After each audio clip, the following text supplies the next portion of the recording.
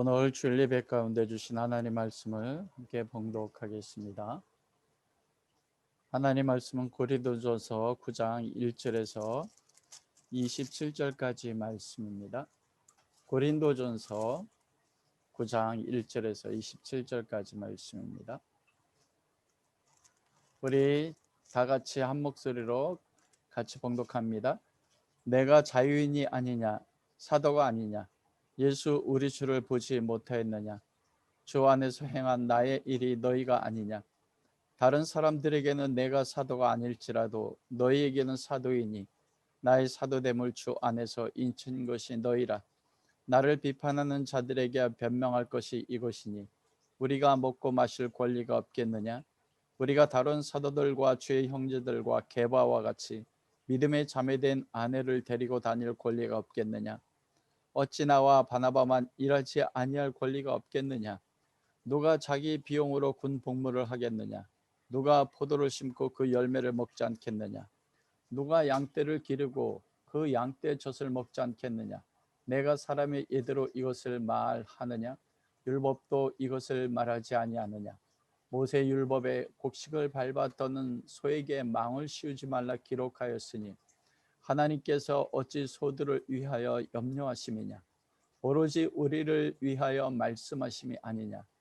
과연 우리를 위하여 기록된 것이니 밭 가는 자는 소망을 가지고 갈며 곡식 떠는 자는 함께 얻을 소망을 가지고 떠는 것이라. 우리가 너희에게 신령한 것을 뿌렸은즉 너희의 육적인 것을 거두기로 과하다 하겠느냐. 다른 이들도 너희에게 이런 권리를 가졌거든 하물며 우리일까 보냐.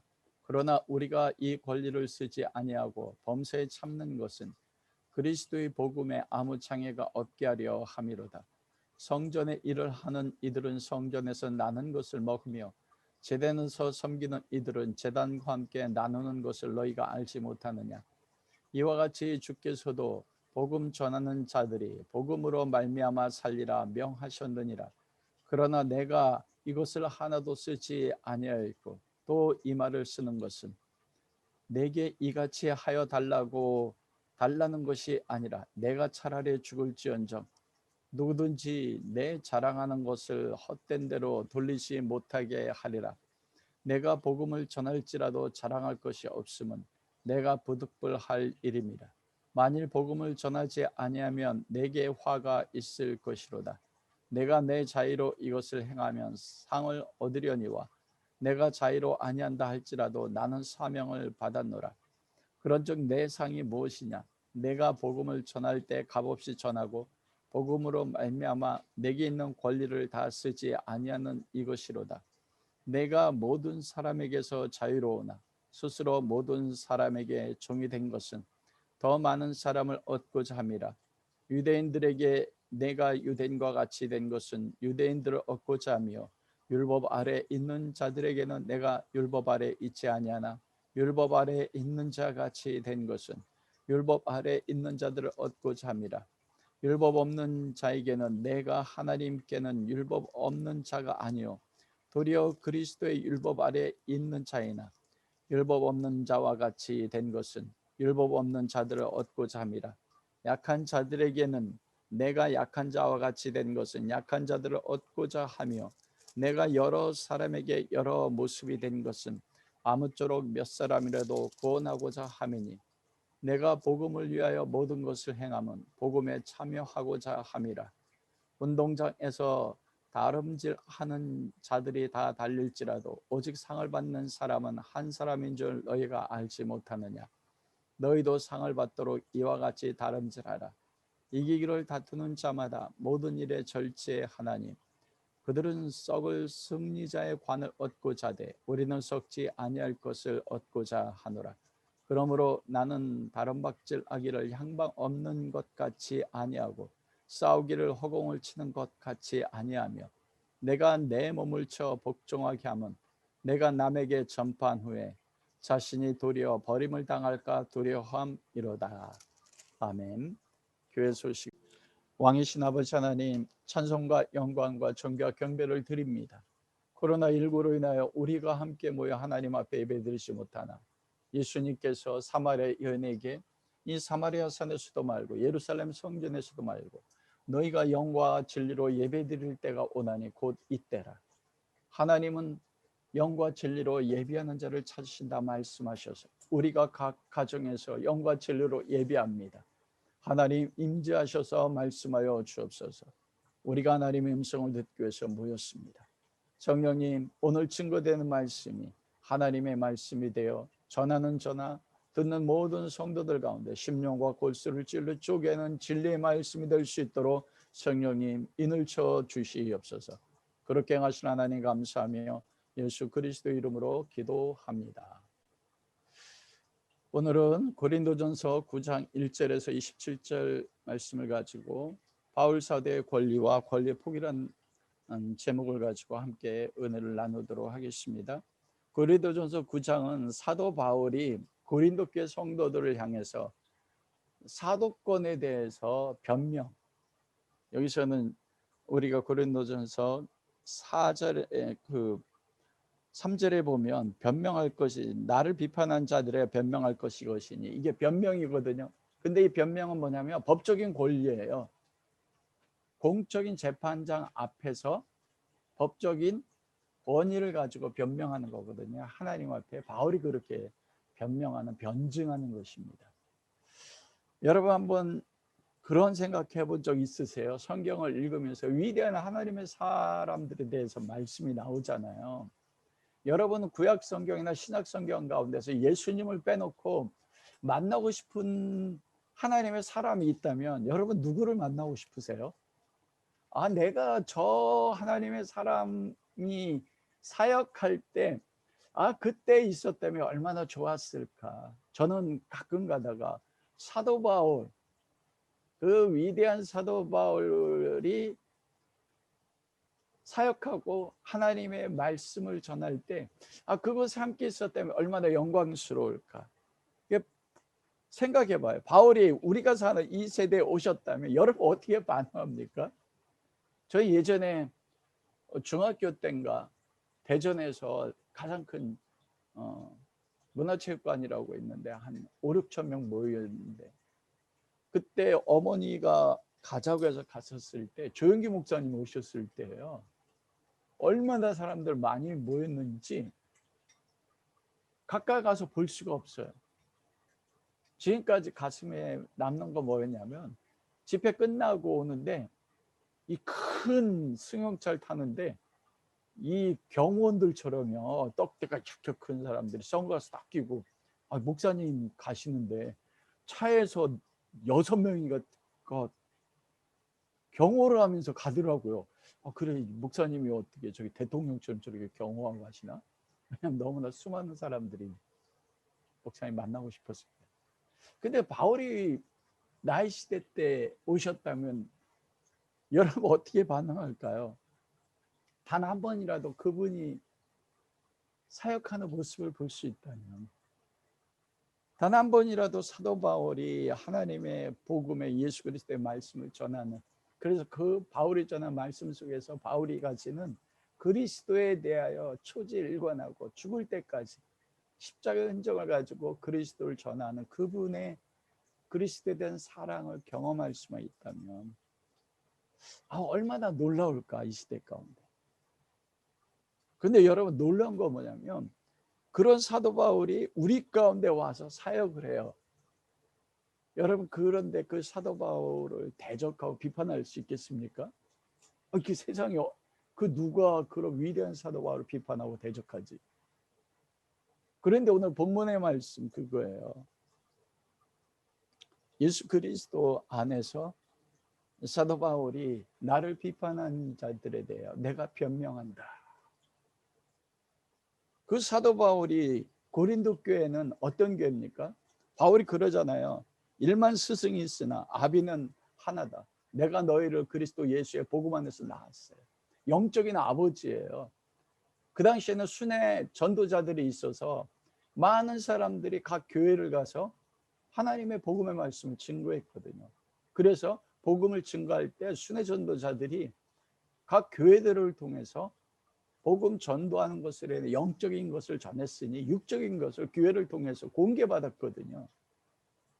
그런데 10만 스승은 있으나 영적인 아비는 나 하나밖에 없다. 내가 너희를 낳았다. 그런데 내가 낳은 영적인 자식들로부터 바울이 비판을 받았습니다.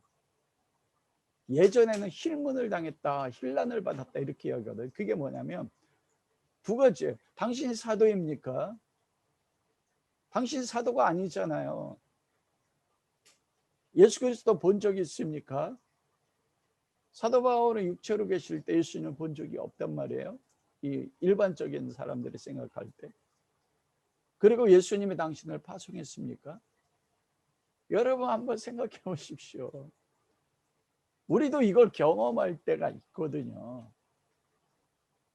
일반적으로 육체적인 관계에서 내 혈족 가운데 내 부모님이나 내 자식이나 내 가족들 가운데서 사랑하지만 그럼에도 불구하고 우리가 비난받을 때가 있고 비판받을 때가 있단 말입니다.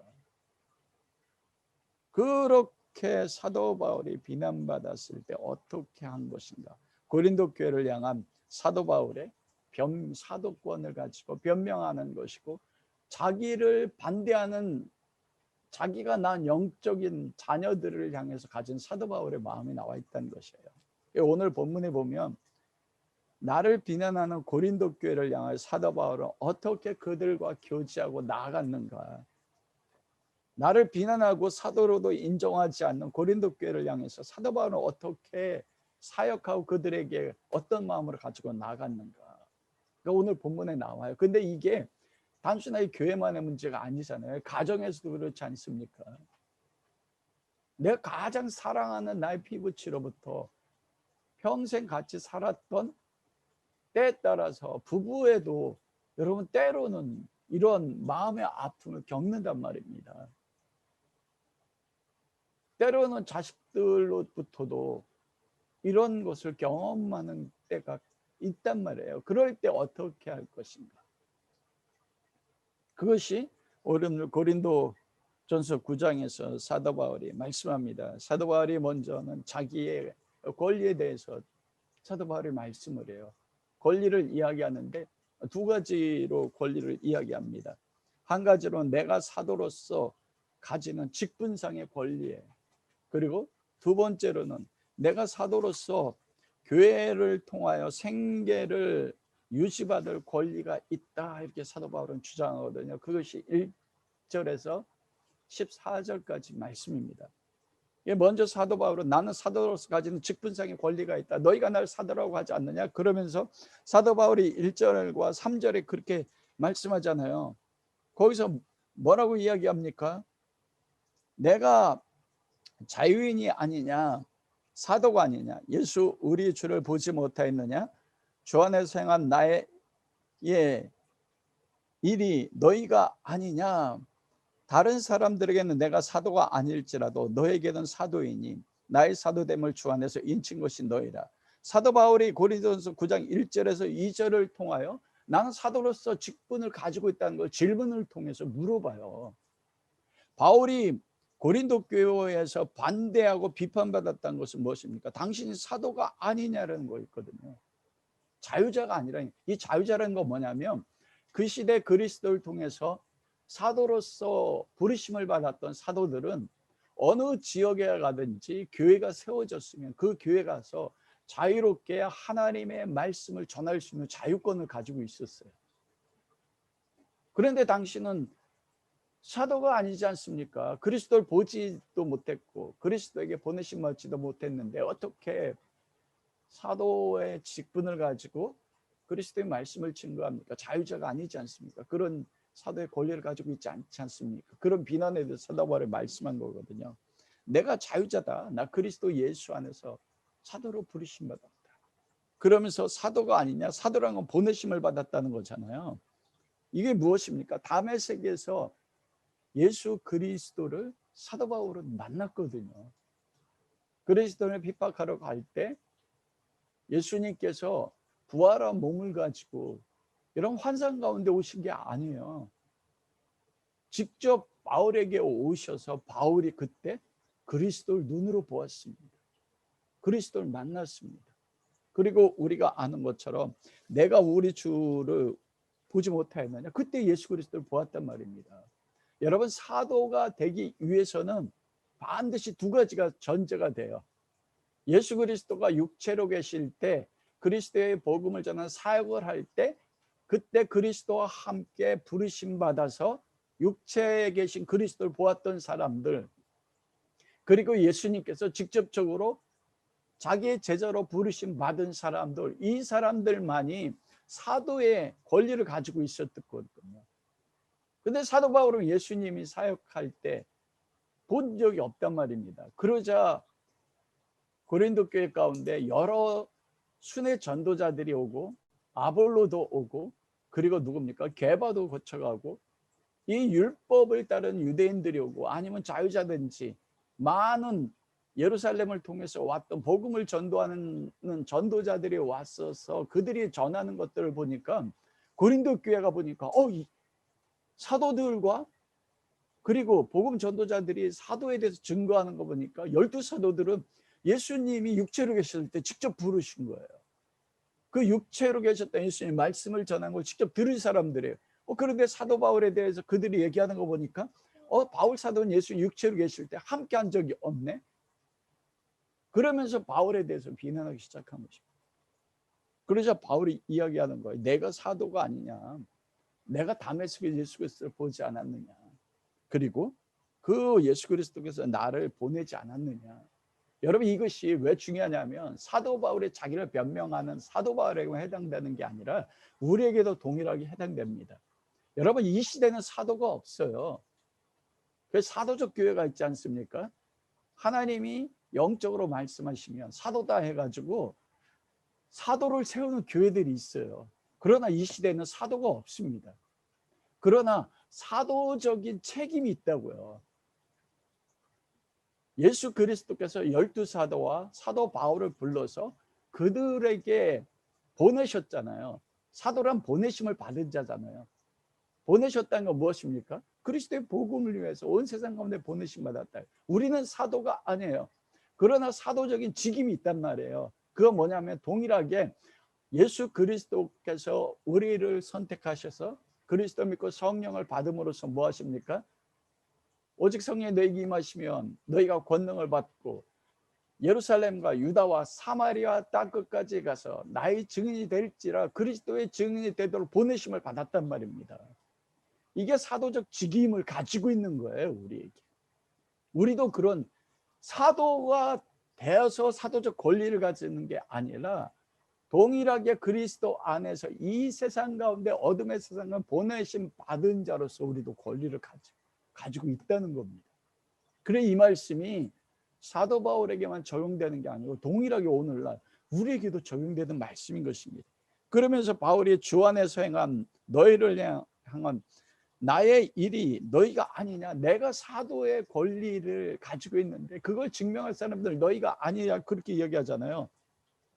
사도 바울이 고린도 교회에 예수 그리스도의 복음을 전함으로써 고린도 교회가 세워졌고 너희가 구원받아서 교회가 세워지지 않았느냐. 너희가 바로 내가 사도인 것을 증거하고 인을 치는 것이 아니냐. 그런데 어찌 너희가 나를 사도가 아니라고 이야기해. 나는 사도권을 가지고 있다, 이렇게 말하는 것입니다. 바울이 당신이 사도입니까 할 때요, 여러분, 우리가 베드로서에 보면 너희가 가지는 증거에 대해서 묻는 자들에게 네 마음에 가지고 있는 증거를 전할 수 있는 확실한 증거를 가지고 있으라고 되어 있거든요. 그게 무엇입니까? 사람들이 네가 예수 믿는 자입니까? 그리스도께서 보내심 받은 자입니까? 이야기할 때 바울이 내가 그리스도를 보았고 그리스도의 보내심 받았다고, 그리고 너희가 교회로 세워진 너희가 나를 사도라고 인치는 증거가 아닌 것처럼, 누구든지 당신이 그리스도인입니까? 그리스도에게 보내심 받은 자입니까? 그럴 때 내가 왜 그리스도인인지, 내가 어떻게 그리스도인이 되었고 그리스도 앞에 보내심 받은 자인지를 누구를 만나든지 전할 수 있는 마음의 증거를 가지고 있어야 된다는 겁니다. 그게 무엇이에요? 복음에 대한 증거를 가지고 있어야 된다는 거예요.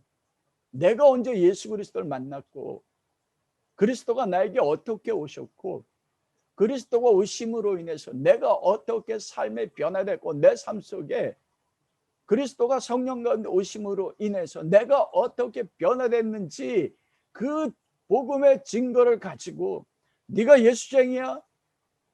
너희가 정말 하나님 믿는 사람들이야? 이렇게 세상 가운데 비난받을 때 그때 그 어떤 사람 앞에서도 내가 그리스도 앞에 보냄받은 하나님의 자녀고 그리스도의 제자라는 것에 대한 증거를 가지고 있어야 된다는 거죠. 여러분 그런 증거를 가지고 있습니까? 그거는 나를 통해서 어떤 표적이나 이적이 나타나는 게 아니에요. 바울이 이야기한 것처럼 무엇입니까? 예수 그리스도를 만난 증거예요. 내가 그리스도를 만나서 그분을 그리스도 영접해서 죄사함 받았다는 그리스도와의 만남과 거듭난 것에 대한 경험들. 그것이 무엇입니까? 말씀의 지식이잖아요. 누구든지 예수 그리스도가 나를 위해 십자가에 못 박아 죽으셨으면 그걸 믿으면 그 믿음을 통해서 성령 안에서 거듭난다는 절대 흔들리지 않는 내가 그리스도에게 보냄받았고 그리스도에게 구원받았다는 증거를 가지고 있어야 되는 거예요. 바울은 그걸 가지고 있었어요. 수많은 내가 낳은 영적인 자녀들이 당신이 사도입니까? 당신이 나의 아비입니까? 라고 했을 때 바울은 그런 절대적 확신, 내가 누구인지 온 세상에 다 들고 일어나도 견고하게 흔들리지 않는 자기 정체성을 가지고 있었어요. 사도로서요. 나는 그리스도의 보내심 받은 자.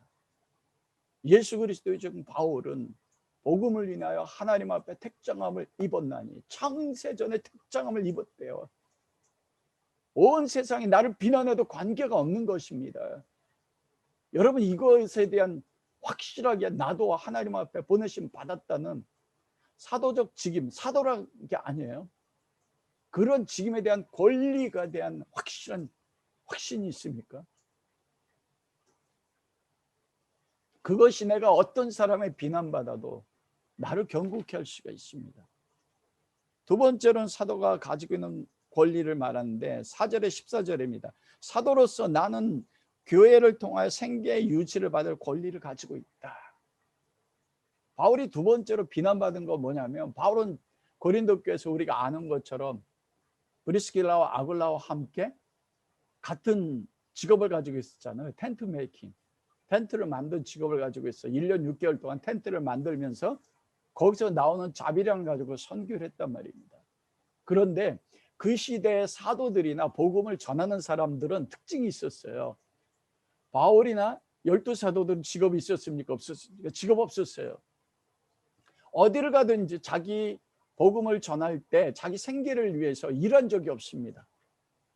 복음을 전한 곳에서 그 교회를 복음을 받은 사람들을 통해 오늘 본문에도 바울이 영적인 것을 전해줬으니 육적인 것을 너에게 취하는 것이 마땅하다. 그 사도들은 스스로 일한 적이 없거든요. 다 교회를 통해 주는 것으로 생계를 유지했어요. 먹고 마셨어요.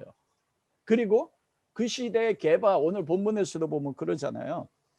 게바 5절에 우리가 다른 사도들과 같이 주의 형제들과 게바와 같이 믿음의 자매에 대한 아내를 데리고 다닐 권리가 없겠느냐?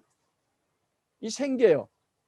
먹고 마실 권리가 없겠느냐? 교회를 통해서 주는 것을 통해서 그들이 주는 걸 먹고 마실 수 있는 권리가 있단 말입니다. 사도들이 실제 그렇게 했어요. 12사도들이나 복음을 전도한 순회 전도자들이. 그리고 아내들을 데리고 다녔어요. 전도하는 사역이. 왜냐 부부가 일심동체로. 그래서 오늘 본문에 보면 믿음의 자매인 아내잖아요. 함께 그리스도 안에서 믿음의 자매가라고 표현을 해요. 이건 뭐냐면 사역에 있어서의 동역자예요. 아내가. 사도로 부르심 받은 것은 베드로나 요한이나 야고보처럼. 그런데 그들이 복음을 증거로 다닐 때마다 아내를 데리고 다니는데 믿음의 자매로서 함께 사도로 부르심 받았던 그 사명에 따라 함께 행했다는 겁니다. 그래서 구체적인 게 뭐래요? 내가 게바와 같이 믿음의 자매 아내를 데리고 다니는 권리가 없겠네요. 게바는 어디든지 고린도 교회도 왔으니까 게바파가 있을 거 아니에요. 그때 아내를 데리고 왔단 말입니다. 함께 사역했어요. 그리고 그 다음에 나와 바나바만 일하지 아니할 권리가 없겠느냐? 이건 무엇입니까? 우리도 일하지 않고 사역할 권리가 있다. 근데 어떻게 해요? 바울은 자비량으로 일하면서 사역했거든요. 일하면서 사역하고 믿음의 자매인 아내를 데리고 가지 않았어요. 그래서 성경학자들이 두 가지 견해가 있습니다. 사도 바울이 결혼했을까, 독신이었을까? 많은 주장들은 사도 바울이 결혼하지 않은 독신이라고 이야기하고, 또 다른 사람들은 바울이 결혼했다 이렇게 이야기해요. 왜냐하면 사도 바울이 스데반을 돌로 쳐 죽일 때 사내들이 공의에서 재판받고 돌로 쳐 죽였거든요. 그런데 그때 증인된 사람이 누굽니까? 사도 바울이거든요. 사내들인 공의에서 유죄로 판정돼서 그것의 증인이 바울이었다는 것은, 그것을 많은 성경학자들이 그렇게 해석해요. 사내들인 공의의 회원 중에 한 사람이 사도 바울이었다. 그런데 사내들인 공의의 회원이 되는 조건 가운데 한 가지가 뭐냐면 결혼한 사람입니다. 결혼해야만이 사내들인 공의의 회원이 될 수 있었어요. 그래서 한 부류의 성경학자들은 사도 바울이 결혼했다. 그럼에도 불구하고 바울은 복음을 전하기 위해서 아내를 데리고 가지 않았다. 그러자 고린도 교회 성도들이 그렇게 생각한 거예요. 바울은, 베드로나 다른 사도들은, 그리고 복음 전한 순회 전도자들은 우리 고린도 교회 우리가 주는 걸 가지고 먹고 마시면서 사역하는데, 일하지 않고 사역하는데, 그리고 아내도 데리고 다니는데, 저게 사도들의 특징인데 왜 바울은 복음을 전하는데 우리가 주는 걸 먹고 마시지 않고 스스로 일을 할까? 어떤 사도 가운데서 스스로 일하는 사도가 없는데, 그러자 그렇게 생각한 거예요. 사도적인 권위가 없으니까 그 사도적 권위를 스스로 일해서 교회를 통해서 생계비를 지원받지 않고 스스로 생계비를 사역비로 씀을 통해서 사도로서 인정받으려고 하는 거 아니야? 사도 바울 사도가 아닌 거 아니야? 그래가지고요, 자비량 하는 것도요, 교회를 통해서 먹고 마시는 것을, 그런 권리가 있단 말이에요. 그거를 행사하지 않은 것조차도 사도 바울이 당신이 사도가 아닙니까? 라고 비난받은 거예요. 그러면서 사도 바울의 7절부터 10절까지 그를 주장하잖아요. 누가 자기 비용으로 군복 많으냐? 군인 복많은데 자기 비용 가지고 군복 많은 사람이 있느냐? 누가 포도를 심고 그 열매를, 포도 열매를 먹지 않는 사람이 있느냐? 누가 양떼를 기르고 그 양떼를 젖을 먹지 않겠느냐? 반문에서 묻잖아요. 이것은 누구나 아는 거잖아요. 군인 복무하면 나라에서 먹여준단 말입니다. 십자가의 군인이잖아요, 사도가. 포도원에 포도를 심었으면 그곳에서 나오는 포도를 먹는다는 말입니다. 양을 기르면 양에서 나는 젖을 먹는단 말입니다. 내가 사람의 예대로 말하는 것이 아니라 8절에서 율법도 이것을 말하잖아요. 모세율법에 곡식을 밟아 떠는 속에 망을 씌우지 말라. 이거는 소를 염려한 게 아니고, 심지어 소 맞거든요. 곡식을 거둘 때 소의 입에 망을 안 씌운단 말입니다. 왜냐하면 소도 일을 하니까 곡식을 먹을 수 있는 권리도 소에게 있다는 거예요. 그래서 사도 바울이 이것을 영적으로 하시는 것이라는 거예요. 오로지 10절에 보면 우리를 위하여 말씀하심이 아니냐, 과연 우리를 위하여 기록된 것이니 밭 가는 자는 소망을 가지고 갈며 곡식 떠는 자는 함께 얻을 소망을 가지고 떤다. 여러분, 농부가 밭을 갈 때, 곡식을 떨 때 소망을 가지잖아요. 어떤 곡식이에요? 내가 이걸 곡식을 거두면 뭐예요? 나 먹을 거야. 곡식을 심을 때도 마찬가지 아닙니까? 농부가 곡식을 심어서 먹는 거 당연한 거예요. 그래서 11절에 우리가 너에게 신령한 복음의 말씀을 뿌렸은즉 너희의 육적인 것을 거두는 것을 과하다고 하느냐? 이게 당연한 권리라는 것입니다. 다른 이들도 너에게 이런 권리를 가졌거나 하물며 우리일까 보냐? 왜냐하면 사도 바울이 영적으로 낳은 영적인 아비잖아요. 그러면서 13절에 성전에서 일을 하는 자들은 성전에서 나는 것을 먹고, 성전에 일하는 사람들이 누굽니까? 레위지인 아닙니까? 제사장들이에요. 일을 안 했어요. 성전에서 일했지. 그리고 그러면 제단에서 일하는 자들은 제단과 함께 나눈 것을 너희가 알지 못하느냐? 제사장 그룹들은요, 제사 드리고 나왔던 그 화목제나 속죄제를 드리고 남았던 제물을 가지고 먹었다고요. 거룩한 음식을. 그리고 14절에 그렇게 해요. 이와 같이 주께서도 복음 전하는 자들이 복음으로 말미암아 살리라 명하셨다. 누가복음 10장 17절에 보면 제자들을 파송하잖아요. 어느 집에 가든 그곳에 유하고 그 집에서 주는 것을 먹고 마시라. 일꾼이 그 삭슬 받는 것은 마땅하다. 여러분, 예수님도 사역할 때 일하셨어요? 3년 공생 기간 동안에 여인들이 예수님을 공개했거든요. 제자들을. 이게 당연한 권리란 겁니다. 내가 사도로서 교회를 통해서 생계 유지를 받을 수 있는, 먹고 마실 수 있는 권리, 그리고 이 일을 하지 않고 그리고 사역할 수 있는 권리를 가지고 있다는 것입니다. 이게 율법에서도 말씀하시는 것이고 예수 그리스도도 말씀하신다는 것이에요. 그런데 나는 이것을 하지 않았다.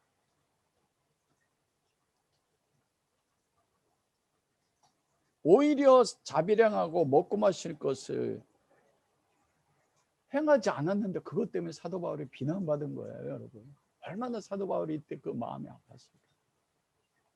그런 고린도 교회를 향해서 바울이 말씀하시는 것이 15절에서 23절까지입니다. 사도 바울의 권리 포기입니다. 내가 왜 그러면 먹고 마시지도 않고 스스로 자비량으로 일을 해면서 너희에 섬겼는가. 이 시대에 이런 보기가 어렵잖아요. 15절 말씀을 보면 그러잖아요. 내가 이것을 하나도 쓰지 아니하고. 15절이 이 말씀입니다. 얼마나 마음 아픈지 몰라요. 여러분 15절 보십시오. 그러나 내가 이것을 하나도 쓰지 아니하고, 또 이 말을 쓰는 것은 내가 이같이 해달라는 것이 아니라, 내가 하나도 쓰지 않고 내가 너에게 이 말을 쓰는 것은 나는 지금까지 이것도 하나도 행하지 않아서 이제 해달라는 게 아니에요. 그러면서 그 다음에 뭐예요? 내가 차라리 죽을지언정 난 누구에게도 구하지 않겠대요. 바울이 고린도 교회를 통해서 비난받았던 거 당신이 사도입니까? 스스로 일하면서 1년 6개월 동안 교회를 세워서 영적으로 낳은 자녀들이 자기를 향해서 당신이 나의 아버지입니까? 사도입니까? 사도 아니잖아요 했을 때 얼마나 바울이 고통스러웠으면 내가 죽을지언정 먹지 않겠대요. 이 마음을 아십니까? 그러면서 말하는 거예요. 나는 내가 하나도 쓰지 아니했다. 그리고 12절에 이러잖아요. 다른 이들도 너희에게 이런 권리를 가졌다. 하물며 우리일까? 그러나 우리가 이 권리를 쓰지 아니하고 범죄에 참았다. 사도로서 가지는 내가 그리스도를 보았어. 그리스도가 나를 이방인 사도로 보낸다고 아나니에게 말씀했잖아요. 바울에게 이야기했잖아요. 내가 널 이방에 보낸다. 그런데 사도로서 그 그리스도의 부르심 받았은 권리가, 권능이 있거든요. 내가 그러잖아요. 바울이 내가 가면 가만두지 않겠다고 이야기해요. 여러분, 바울이 얼마나 그런데 그걸 행사하지 아니했대요. 하나도 쓰지 않았대요. 12절하고 15절 말씀입니다. 이 생계 유지로 받을 수 있는 먹고 마시는 권리, 일하지 않고 사역비를 받고서 복음을 전할 수 있는 권리, 사도로서 모든 사람들에게 행할 수 있는 이 모든 권리를 나는 하나도 행하지 아니했대요. 그렇다고 내가 지금 달라는 거 아니다 한 가지도 쓰지 않았다. 내가 죽을지언정. 여러분, 그럼 왜 사도 바울이 이런 권리를 쓰지 않았습니까? 당연히 써야 될 권리인데요.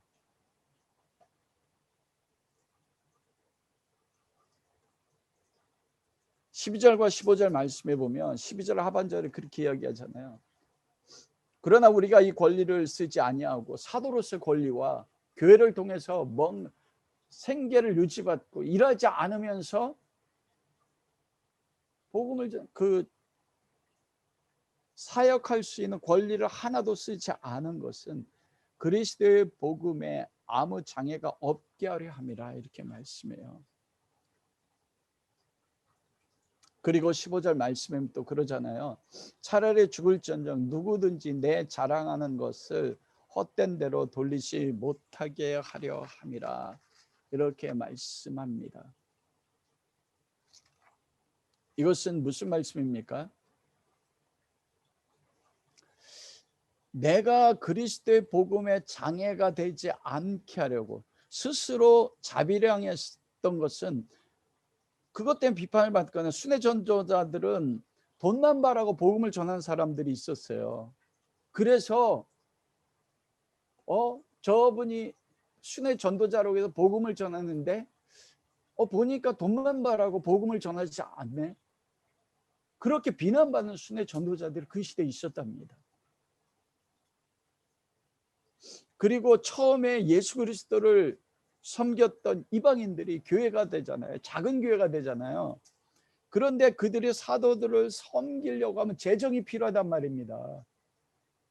그런데 그런 재정 때문에 시험이 들어서 복음이 증거되는데 장애가 됐던 일들이 있었다는 거예요. 이 시대에도요. 왜냐하면 우리가 아는 것처럼 바울이 빌립보와 데살로니가와 고린도 교회에 연보를 요청합니다. 특별히 고린도 교회 가운데 예루살렘 교회가 가난해서, 여러분 예루살렘 교회가 사도행전에 보면은 유무상통해서 가난한 자가 없다고 하는데 바울이 복음 전할 때요 예루살렘 교회 가운데 가난한 자들이 많았대요. 예루살렘 같은 교회는 대형 교회잖아요. 그런데 만약 그 사도가 복음을 증거하는 교회가 그렇게 대형 교회가 아니면 이방인들이 그리스도의 복음을 처음 증거해서 사도들을 섬기려고 할 때 재정이 필요하잖아요. 그러면은 재정을 낼 수 없는 이 믿음이 약한 이방 성도들이 이 재정 때문에 시험 든다는 겁니다. 복음의 장애가 되는 거예요. 복음의 장애가 되기 때문에 그 복음의 장애가 되는 것을 내가 원치 아니해서 내가 스스로 내가 직업이 텐트를 만드는 재능이 있으니까 텐트를 만든 재능을 가지고 사용하는 거예요. 15절에는 생계 유지하는 건 뭐냐면 누구든지 내 자랑하는 것을 헛되게 돌리지 않게 하느라. 거기는 누구든지잖아요. 이 누구든지가 누구예요? 사도 바울을 비난했던 사람들이거든요. 바울을 비판한 사람들, 개바파나 다른 바벌의 사람들이 당신이 사도입니까? 비난했던 사람들이 있었어요. 그 사람들에게 내 자랑하는 것, 바울이 자랑하는 게 무엇입니까? 예수 그리스도잖아요. 난 그리스도의 복음에는 아무것도 자랑할 것이 없다. 로마서에도 말하거든요. 내가 너희 가운데 내가 그리스도의 복음 부끄러워하지 아니하며. 사도 바울이 자랑했던 유일한 것은 무엇이냐면 그리스도의 복음이에요. 헛된 대로 돌리지 않게 하라며. 바울이 전한 복음이 비판자들로 인하여 헛된 거, 복음을 전했는데 복음의 열매가 맺혀지지 않고 무너지는 것을 바울이 막기 위해서 사도 바울은 이 권리를 하나도 쓰지 아니했어요. 여러분, 그러나 이것이 보편적인 게 아닙니다. 사도 바울은 빌립보에서 사역할 때 텐트를 만들면서 사역하지 아니했어요. 안디옥에서 파송될 때도 선교비를 받았습니다. 로마서에도 보면 로마서 15장이 그러잖아요. 내가 이 편지를 쓰는 것은 내가 서바나로 갈 때 너희와 믿음의 교제를 나눈 후에 너희가 나를 서바나로 보내주기를 원함이라. 이게 무엇입니까? 내가 서바나로 선교 사역을 떠날 때 너희가 선교 사역할 수 있는 사역에 대한 모든 것들을 책임져 달라 공개적으로 요청하잖아요. 모든 사역할 때마다, 예수님도 사역할 때 여인들의 공개를 받았단 말입니다. 왜 그렇습니까? 바울을 반대하는 사람들이 있었어요. 바울이 고린도 교회 가운데 처음에 복음을 전할 때 고린도 교회가 큰 교회가 아니었습니다. 그래서 작은 교회들 일어날 때 이방의 복음을 처음 전도받은 사람들이 재정 때문에 사도들을 섬겨야 되고 복음 전도하는 데를 섬겨야 되는 것 때문에 복음에 장악하게 될까 봐 자기의 권리 자체를 다 포기했어. 무엇 때문입니까? 복음입니다. 예수 그리스도의 복음이에요. 복음은 무엇입니까? 내가 복음의 택정함을 입었나요? 로마서 1장에 이 복음은 하나님이 그의 사도들과 선자들을 통하여 기록된 것이니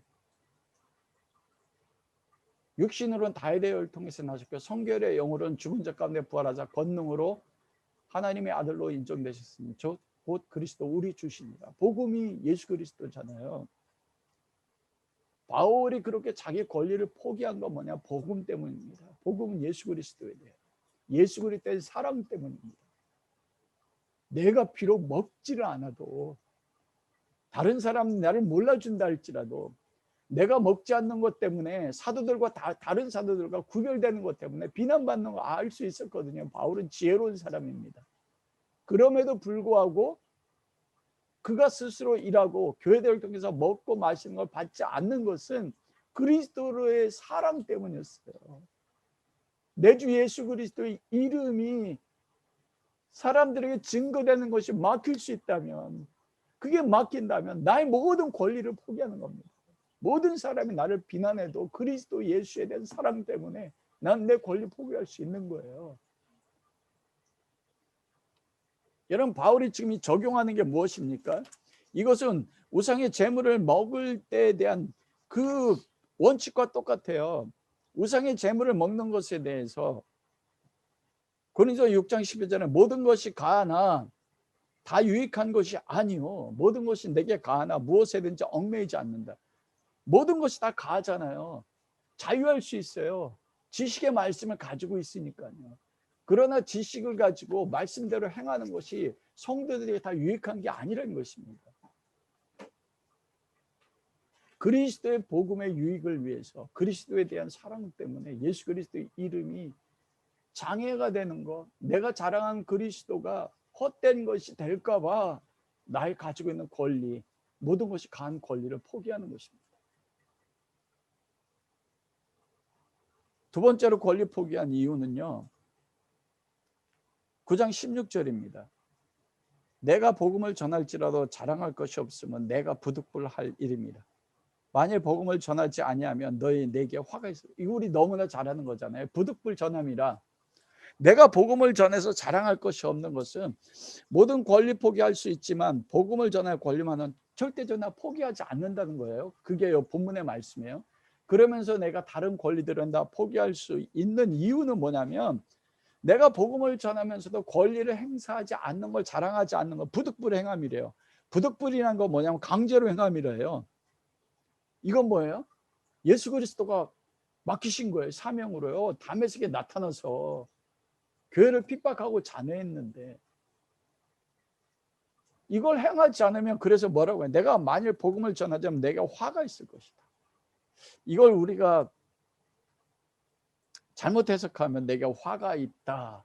이 화가 무엇일까요? 바울이 복음을 전함으로써 얻어지는 화요.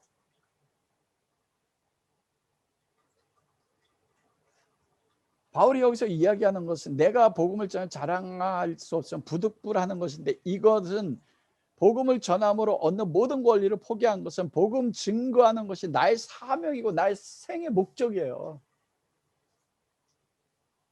권리 이전에 나의 삶의 첫째 목적이었다고. 이걸 하지 않으면 죽는 거예요. 내가 복음을 전하는 것은 그 복음을 전하는 것을 얻어진 열매 때문이 아니라는 거예요.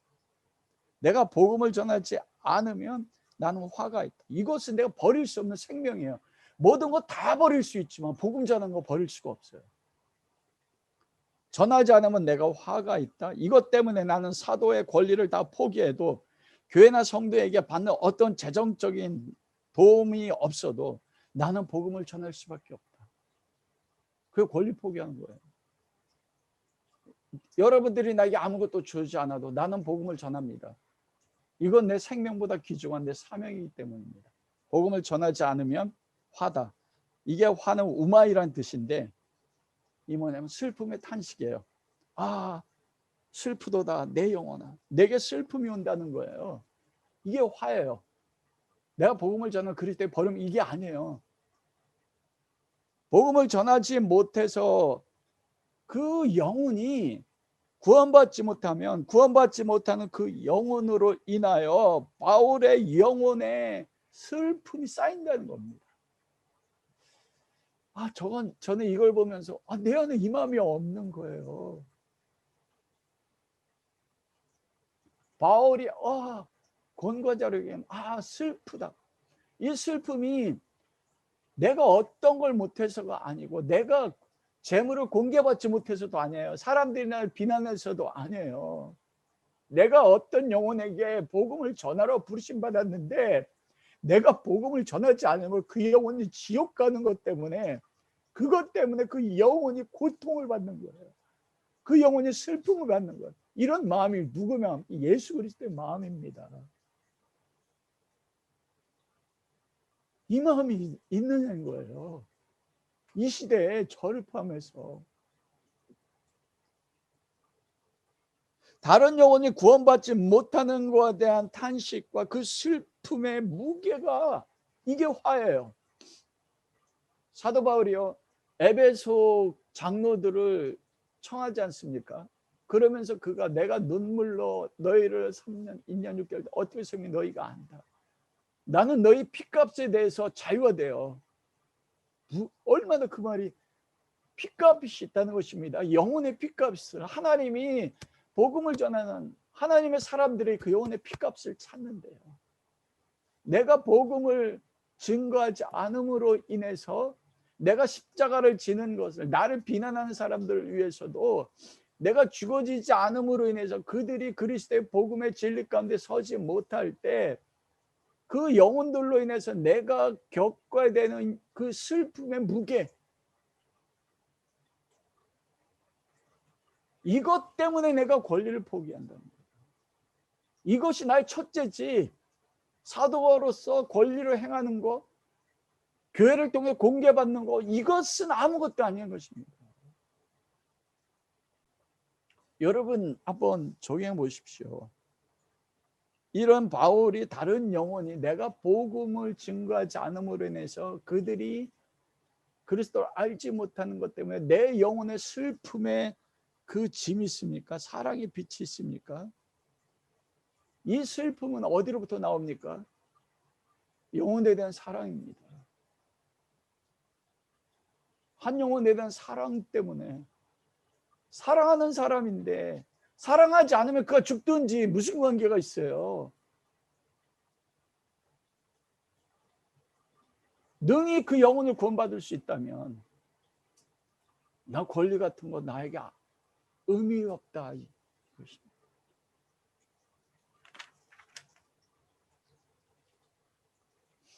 두 번째로 사도로서 가지는 직분으로서의 권리를 포기하는데, 그 포기가 무엇으로 나타납니까? 모든 사람에게 종이 되기로 됐다. 19절 말씀에 보면 사도 바울은 그렇게 얘기합니다. 내가 모든 사람에게 자유로우나, 자유자잖아요. 사도로서 부르심 받아서 모든 사람에게 자유하고 모든 사람이 매이지 않습니다. 그리고 어느 곳에 가든지 그리스도의 복음을 전할 수 있는 권리를 가지고 있어요. 자유권을 가지고 있어요. 그런데 뭐라고 얘기합니까? 내가 스스로 모든 사람의 종이 됐다. 나는 자유자예요. 난 사도로 부르심 받았어요. 그런데 종이 됐어요. 고린도께 종이 됐어요. 그래서 종이 돼서 스스로 일해서 먹고 마시면서 종이 돼서 고린도교를 섬겼는데 그것 때문에 비난받은 것입니다. 나는 자유자고 사도임에도 불구하고 나는 너희에게 종이 됐다. 권리를 포기하고 종이 됐어. 그가 종이 된 이유는 무엇입니까?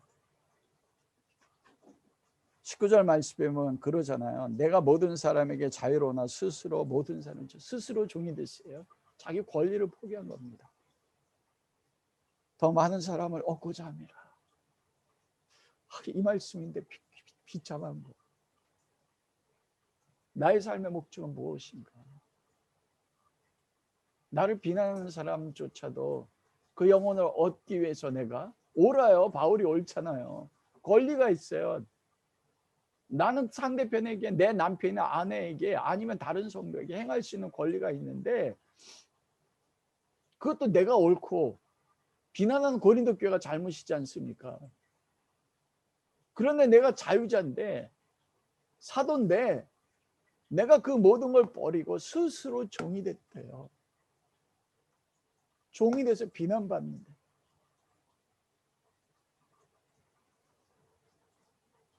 왜 그렇습니까? 더 많은 사람을 얻고자 합니다. 나를 비난하는 사람이야. 내가 봤을 때 어떻게 저렇게 살아? 그 영혼을 얻고자 해서 내가 종이 됐는데, 내가 사도인데 자유자인데요. 여러분, 이런 영혼에 대한 사랑이 있습니까? 내 남편을 향해서, 내 아내를 향해서나 교회 한 성도를 향해서. 근데 그들은 나를 비난하는 사람이에요. 내가 볼 때 잘못된 사람이에요. 그런데 그 영혼을 얻고 싶어서, 그 영혼을 세워주고 싶어서 내가 내 자유를 포기하고 내 사도로서의 권리도 포기하고 그에게 스스로 종이 될 수 있는가? 바울이 고린도 교회를 향해 가지는 이 사랑이요, 전 너무 비참하더라고요. 목사가 돼서 그게 그리스도의 마음이요. 여러분, 이 말씀의 핵심은 지식은 교만하게 하나 사랑은 덕을 세운다가 그대로 적용되는 겁니다. 지식은 말씀이에요. 말씀을 가지고 옳고 그름을 따진단 말입니다. 그거 교만하대요.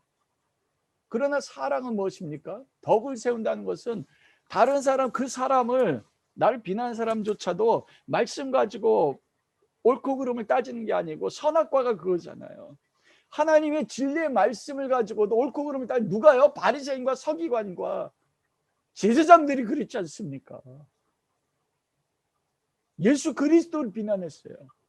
율법을 가지고요. 율법의 지식을 가지고요. 왜냐하면 사랑이, 하나님의 사랑이 없었어요. 그리스도 영혼에 대한 사랑이 없었어요. 그러자 교만해가지고 당신이 사도입니까? 근데 바울은 무엇입니까? 사랑이요. 사랑으로 죽어지서 그 사랑으로 내가 죽으니까 그들이 덕을 세운다. 우리 너무 좋아하네요. 방언은 자기의 덕을 세운다. 덕을 세운다, 건축한다는 거잖아요. 뭐로 건축해? 하나님의 성전으로. 성령이 임재하고 그리스도가 거하는 하나님의 임재가 있는 곳을 건축한단 말입니다. 더 많은 사람 얻어서 그들로 하여금 그리스도의 성전으로, 하나님의 성전은 건축돼서 그들이 그 성전된 그 안에서 성령님 안에서 그리스도 교제하는 그 영혼, 한 영혼을 얻기 위해서 종이 된단 말입니다. 그 바울 비난받을 거 알았어요. 그래서 내가 유대인에게 유대인같이 된 것은 유대인을 얻고자 하면서요. 이방인들이 볼 때 유대인이라는 것은 동일하게 그 아래 율법 아래 있는 자들이잖아요. 그리스도를 섬겼는데 율법을 다 지켜야 된다고 하는 유대 그리스도인들이 많았단 말입니다. 그런데 그들에게, 율법 아래 있는 자들에게 뭐라고 해요? 20절에 나는 율법 아래 있지 않고 율법에서 벗어난 자유인이나 율법 아래 있는 것처럼 율법을 행했대요. 바울은 이게 문제가 되지 않습니다. 바울은 그 모든 게 율법에 대해 자유롭잖아요. 그런데 율법 아래 있는 자들과 같은 모습이 된 것은 무엇입니까? 그 영혼을 얻기 위해입니다. 왜냐하면 그들은 그리스도의 복음 안에 들어가지 못했기 때문에, 육신 가운데 속했기 때문에 나를 쳐서 복종시켜서 율법 아래 들어갔어요. 율법 아래 들어가서 율법 아래 있는 자가 얻기 위해서 율법을 행하는 것처럼 모습을 비췄을 때 바울이 무슨 비난을 받습니까? 자유한 사람들에게 우상의 재물을 먹을 수 있는 자유로운 사람들이 있었잖아요. 그들이 뭐라고 해요? 바울 당시 사도입니까? 자유로운 복음을 전하면서 어떻게 율법 아래에서 행하는 자들과 같이 행합니까? 이해가 되세요? 왜요? 그 영혼 얻기 위해서요. 율법 아래에서 매여서 복음의 자유를 못 누는. 21절은 뭐라고 이야기합니까? 율법 없는 자에게는, 그리스도의 율법 아래에 있는 자이나 율법 없는 자같이 된 것은 여러분, 우리가 율법이 아래에서 벗어났나요? 율법 아래에 있는 자이나, 이건 무슨 뜻이냐면 율법을 행함으로써 구원받진 않아요. 그러나 우리가 그리스도의 믿음으로 구원받아도 율법은 나의 삶에 역사합니다. 무엇을요? 내가 어떻게 살아야 될지를 가르치는 지침이란 말입니다. 어떤 모습으로, 왜냐하면 율법의 완성이 그리스도잖아요. 그리스도의 장성한 분량까지 자라기 위해서는 그 율법의 말씀이 내가 행해야 될 나의 표대란 말입니다. 그게 이게 율법 아래에 있다는 거예요. 율법을 행함으로 구원받는다는 게 아니잖아요. 그래서 그 시대에 율법은 행해도 되지 않는다, 그리스도만 믿으면 된다, 이런 사람이 있었단 말입니다. 이것도 완전히 옳은 게 아니잖아요. 그래서 율법 없는 자 같이 그들과 같이 된 것은 그들을 얻어서 완전한 진리, 진짜 진리, 그리스도 가운데 세우기 위해서요. 약한 자들은, 믿음이 약한 자들에게 내가 약한 자가 된 것을 약한 자들을 얻고자 하면, 내가 여러 사람이 여러 모양이 된 것을 아무쪼록 몇 사람의 구원함. 여러분, 이것을 보면서 바울의 마음을 아십니까? 그래서 주님 앞에 너무 죄송한 거예요. 영혼 구령의 열정이요, 한 영혼에 대한 사랑, 한 영혼을 내가 구원받을 수 있다면 나 모든 거 포기할 수 있어요. 내가 율법 아래 있는 자가 되고 율법 없는 자가 되는 것처럼, 유대인같이 되어도 이방인같이 되어도 그 영혼을 구원받을 수 있다면 내가 온 세상이 나를 대적해도 난 그 길을 가겠다는 겁니다. 바울이 권리 포기한 게 이게 뭐 영혼에 대한 사랑입니다. 내가 봤을 때 진짜 어떻게 저래, 잘못됐거든요. 저 인간 때문에 평생 원수해가지고 내가 용서하지 못할 수 있는 사람이죠. 근데 그를 덕을 세워주기 위해서 사랑 때문에 노예가 된 겁니다. 내가 가지는 말씀의 기준, 지식을 옳아요. 그것을 옳고 그름을 판단할 땐 그 교만하다는 거예요. 그러나 지식의 말씀이 없는 사랑은 헛된 것입니다. 하나님의 말씀 안에서 세워진 지식 위에 있는 그리스도의 사랑이에요. 그 사랑으로 인해서 바울은 무엇합니까? 자기 모든 거 포기할 수 있었어요. 여러분 한번 적용해 보십시오. 이런 그리스도의 사랑. 내가 봤을 때 내가 옳아요, 정말. 근데 그 영혼을 세워주기 위해서, 건축하기 위해서 내 사랑 때문에 그의 종이 될 수 있습니까? 마지막으로 사도 바울은 그 권리 포기의 삶을 올림픽 경기에 비유합니다. 이 올림픽 경기를 따로 떼어서 이야기하는 사람들이 많은데 문맥으로 해석해야 돼요. 어제 도쿄 올림픽이 시작됐지 않습니까? 그래, 우리나라 선수들이 금메달 하나, 동메달, 은메달, 동메달 땄어요. 여러분, 올림픽 한번 참가하기 위해서, 양궁 같은 경우는 양궁 나갔다 면 거의 금메달 따잖아요. 올림픽에서 금메달 따는 것보다 국가대표로 선발되는 게 더 힘들대요.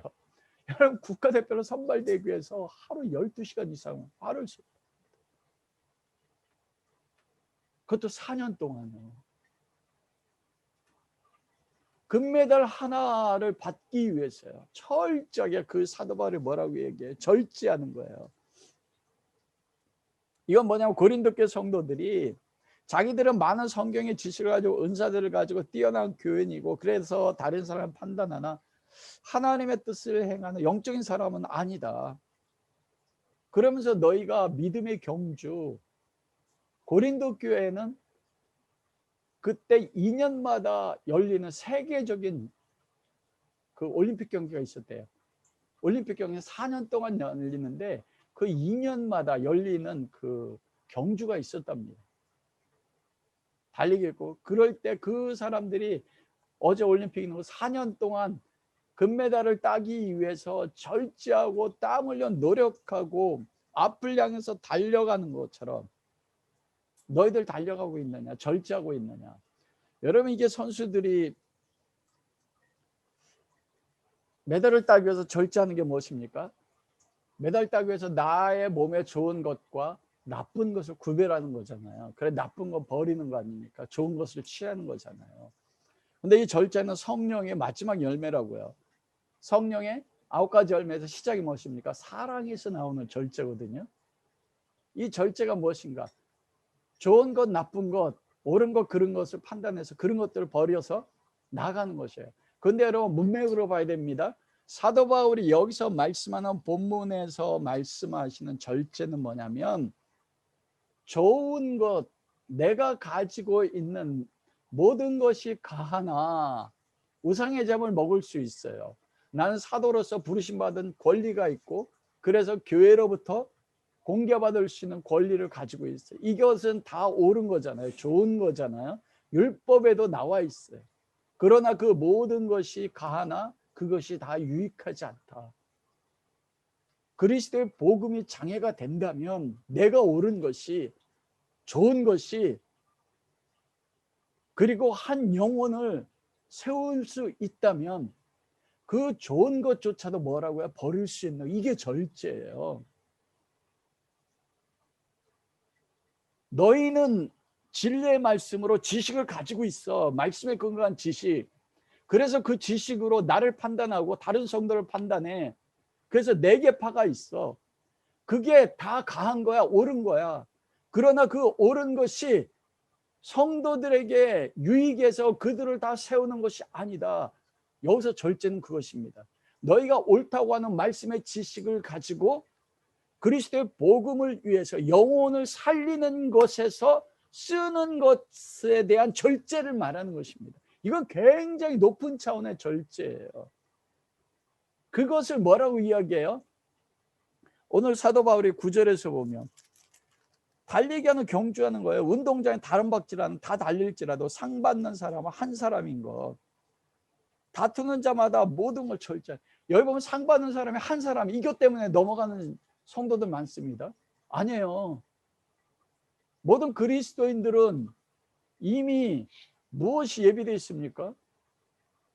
사도 바울이 디모데 후서에서 사전 그러잖아요. 내가 선한 싸움을 싸워 달려가 믿음을 지켰으니 이제후로는 의로운 재판장에 나를 위해 의의 면류관 예배는 나뿐만 아니라 주의 나타나심을 사모하는 모든 자에게요. 의의 면류관입니다. 이것은 모든 성도들에게 예비되어 있는데, 그러나 절제하면서 내가 좋은 것이라고 다 행하는 것이 아니라 그리스도의 복음이 막히지 않기 위해서, 내가 전한 복음이 헛된 것이 되지 않기 위해서, 그리스도의 땅에 떨어지지 않기 위해서, 영혼의 한 사람이라도 구원받기 위해서 그 좋은 것조차도, 옳은 것조차도 사랑 때문에 버리는 것이 절제인데, 그것으로 상을 받는다는 거예요. 그걸 행하지 않으면 우리가 27절 내가 내 몸을 쳐 복종하면 내가 남에게 전반을 자신이 도리어 버림이 될까 두려워. 이거를 그렇게 이야기해요.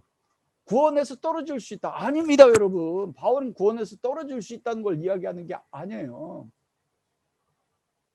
모든 성도들이 의의 면류관 예비되어 있어요. 여러분, 의가 무엇입니까? 요한복음에서 성령이면 책망할 것이 있는데 세 가지잖아요. 의에 대해서 책망하는데 너희가 다시는 나를 보지 못할 것이며, 의의 면류관이라는 것은 그리스도를 믿는 믿음을 통해서 너는 의로워. 그럼으로써 의롭다 칭의받는 자들이 예수 그리스도 이 땅에 다시 올 때 의롭다 인정받음을 때 누구를 볼 수 있는 거예요? 그리스도를 보는 게 이게 의의 면류가 아니라, 이건 절대 빼앗기지 않습니다. 그런데 그러면 다른 박질하는 자들이 상 얻는 자가 하나인데 그걸 왜 절제하는데 내가 버림이 될까 두려워한다는 얘기 무엇입니까? 바울이, 여러분 이건 다른 게 아니에요. 고린도전서 3장 13절에 14절 보십시오. 우리가 이미 이것에 대해 말씀을 나눴거든요. 각 사람의 공적이 나타날 터인데 그날이 공적을 밝히리니 이는 불로 나타내고 그 불이 각 사람의 공적이 어떠한 것을 시험할 것입니다. 만일 누구든지 그 위에 세운 공적이 그대로 있으면 상을 받고 누구든지 그 공적에 불타면 해를 받으리니 그러나 자신은 구원을 받되 불 가운데 구원받을 것이다. 여러분, 그날이 되면, 예수 그리스도의 날이 되면 그 사람이 살았던 삶에 대한 사역에 대해서 심판받는다는 거예요. 불로 심판받는데요. 그러면 금과 은과 보석으로 그리스도의 믿음에 자기를 세운 사람들은 뭐예요? 그대로 남아있으나 그러잖아요. 집과 풀로, 나무나 풀이나 집으로 이 터 위에 세운 사람들은 뭐예요? 불타서 아무것도 남지 않는데요. 그런데 그 남지 않는 사람들이 다 버림받는다니까. 15절 누구든지 그 공제에 불타면 해를 받지만 그러나 자신은 구원받다 불 가운데 구원받는단 말입니다. 불이 뭐라고 이야기했어요? 연단이잖아요. 어떤 깊은 고난일 수 있고요. 사도 바울이 9장 27절에서 말한 그거예요. 그래서 나도 내 몸을 쳐서 복종시킨대요. 내 몸은 육신입니다. 육신에서 나오는 나의 소망, 내가 내 권리를 행하고 싶어요. 여러분, 바울이 고린도교에 있을 때 텐트 치지 않고서 섬기고 싶은 마음이 없었을까요? 바나바처럼 1차 전도여행 할 때 가는 곳만 다 일했어요. 텐트 만들면서요.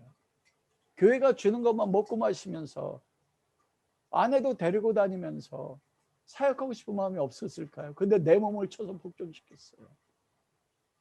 내 권리를 포기했어요. 왜요? 그리스도의 그날의 공정이 나타날 때 그리스도의 터 위에 세운 나의 모든 삶이 보석과 같아서, 금과 은과 같아서 그날에 뭐라고요? 그리스도 앞에 칭찬을 받기 위해서요. 불타버림에 해를 받는다. 이게 버림을 받는다는 거예요. 구원받지 못한다는 게 아닙니다, 여러분. 나의 당대 때 40년 땅 광야의 삶에서 여러분 가나안 땅에 들어간 사람 두 사람입니다. 이걸 말씀하는 것입니다.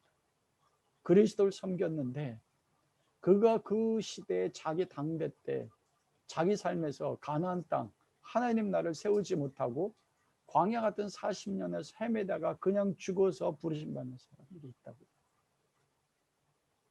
너희는 그러므로 다른 박지라는 사람이 상 받기 위해서 절제하며 나가는 것처럼 너희가 가지는 그 말씀의 지식에 사랑을 더해서 그 사랑 때문에 너희들의 권리를 포기하고 그러므로 다른 사람을 세워라. 나를 비난하는 다른 사람을 위해서, 내가 봤을 때 옳지 않은 성도를 위해서 바울이 가졌던 그리스도의 사랑의 복음인 것입니다. 이 은혜가 우리 모든 성도들 가운데 함께 할 수 있기를 주님의 이름으로 축원합니다. 당신 사도입니까? 비난하는 그들에게 사도 바울이 표현한 것입니다. 내가 권리를 포기하는 것이, 이것이 내가 그리스도에 대한 사랑, 영혼에 대한 사랑을 표현하는 것입니다. 그것이 내가 그리스도에 대한 사랑을, 나를 비난하는 그 영혼, 내가 봤을 때 옳지 않은 그 영혼을 향한 내 사랑의 고백이고, 그것이 예수 그리스도를 닮아가는 나의 닮음의 모습인 것입니다. 그리스도의 사랑이 얼마나 바울에게 컸으면, 그 사랑이 얼마나 바울을 부욕했으면, 그 사랑이 바울을 얼마나 크고 놀랍고 얼마나 감격시켰으면 그리스도의 사랑에 매여서 바울은 스스로 종이 될 수 있었고, 그 비난을 받으면서도 바울은 그들을 위해서 자기 생명을 드릴 수 있었습니다. 이 시대에도 우리 가정에서도 우리 교육 가운데서도 하나님이 원하는 건 그것입니다. 아버지, 나도 그리스도의 사랑에 매일 수 있게 해주십시오. 나를 비난하고 내가 봐도 전혀 옳지 않은 그 성도를 사랑하는 영혼의 사랑 때문에 내가 가지는 모든 권리를 사랑 때문에 포기하고 내가 가지는 모든 자유함을 다 버리고 스스로 그 영혼을 세워주기 위해서 하나님 종으로 세워지는, 스스로 종이 되는 그런 하나님 다른 막지라는 삶을 살게 하여 주십시오. 그래서 이 땅에 있을 때 그 누구도 나를 인정하지 못해도 그리스도 앞에 섰을 때 착하고 충성된 종이라 주님 앞에 칭찬받는 그런 삶을 살게 해 주십시오. 아버지, 내가 영혼이 구원받지 못하는 것 때문에 그 영혼으로 인해 슬퍼한 적이 얼마 있습니까?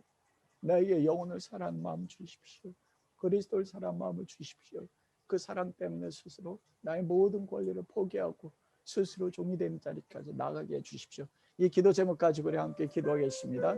거룩하신 아버지, 저는 아버지 하나님 앞에 성전으로 세워지고 있습니까? 아버지 하나님, 우리 가정은 하나님 앞에 아름다운 성전으로 세워지고 있습니까? 우리 교회는 하나님 앞에 아름다운 성전이 세워지고 있습니까? 아버지, 저희 죄 때문입니다. 지식은 교만하게 하나 사랑은 덕을 세운다. 성전으로 세워지지 못한 모든 것은 나를 비난하고 내가 율법의 지식으로 봤을 때 저건 틀렸다는 그 상대편 가운데 있는 것이 아니라 지식이 없는, 사랑이 없는, 지식 가운데 세움을 입은 사랑이 없는 나의 마음의 완악함 때문입니다. 그리스도의 복음을 위해서 장애가 된다면 나의 모든 권리를 포기하는, 복음 대신 예수 그리스도에 대한 사랑을 잃어버렸기 때문입니다. 내가 한 영혼을 얻을 수 있다면 세상의 모든 사람 나를 비난해도 난 유대인이 될 수 있고 율법 아래 있을 수 있고 율법 아래 없는 자가 어떤 모습 가운데 나는 될 수가 있는, 내 자신이 부인되지 않았던 것은 영혼에 대한 사랑이 없었기 때문입니다. 아버지, 나의 죄를 용서해 주십시오. 그리스도의 사랑이 얼마나 크고 놀라운지, 예수 그리스도의 사랑이 얼마나 감격스러운지 다시 그리스도의 사랑 가운데 세워주십시오. 바울은 그 그리스도의 사랑이 있었습니다. 죄인 중에 괴수와 같다고 죽을 때까지 자기가 스데반을 돌로 치고 교회를 찬양한 거 잊지 않았습니다. 담에서 찾아온 그리스도의 사랑을 잊지 않았습니다. 그 그리스도의 사랑이 있다면 내가 가진 모든 권리 포기할 수 있었습니다. 나를 비난한 자를 위해서도 그는 종이 될 수 있었습니다. 그것이 상을 얻기 위한 다름질이라고 하던데, 아버지, 저희가 그 다름질을 하고 있습니까? 모든 것이 가하나 그 모든 것이 가한 것이 모든 사람에 유익을 주는 건 아니라고 하는데, 사랑 가운데 가는 말씀만이 유익하다고 하는데, 아버지, 그런 그리스도의 사랑, 영혼의 사랑을 다시 채워주십시오. 그것으로 나를 비난하고 내가 봤을 때 옳지 않다고 하는 사람조차도 스스로 종이 되어 그를 위해서 죽어져서 하늘에 썩어진 미랄이 되어 그 위에 그들이, 우리의 가정이, 교회가 하나님의 교회로, 하나님의 성전으로 지어지는 것, 그때 나 자신도 모를 때 나도 하나님의 성전으로 지어지는 걸 경험하는 우리 성도들에게 복 내려 주옵소서. 오늘도 아버지 앞에 나올 때 우리의 있는 모든 것이 아버지께 주셨다는 그 사랑에 따라 믿음으로 우리의 재물을 드립니다. 하나님 기뻐 받아 주셔서 우리의 모든 삶이 하나님의 성전 되게 하시고 드릴 것이 더욱 풍성할 수 있도록 축복하여 주옵소서. 감사하며 예수 그리스도 이름으로 기도합니다. 아멘. 이제는 우리 주 예수 그리스도의 십자가의 은혜와 우리를 하나님의 자녀로 삼으셔서 하나님이 거하실 처소로 만들어 나가실 아버지 하나님의 극진하신 사랑하심과 성령의 교통하심, 아버지 앞에 각 가정에서 예배하는 모든 마라나타 교회 성도들 위해, 저들의 가정과 생업과 교회 위해 이제로부터 영원히 함께 하시기를 간절히 축원하옵나이다. 아멘.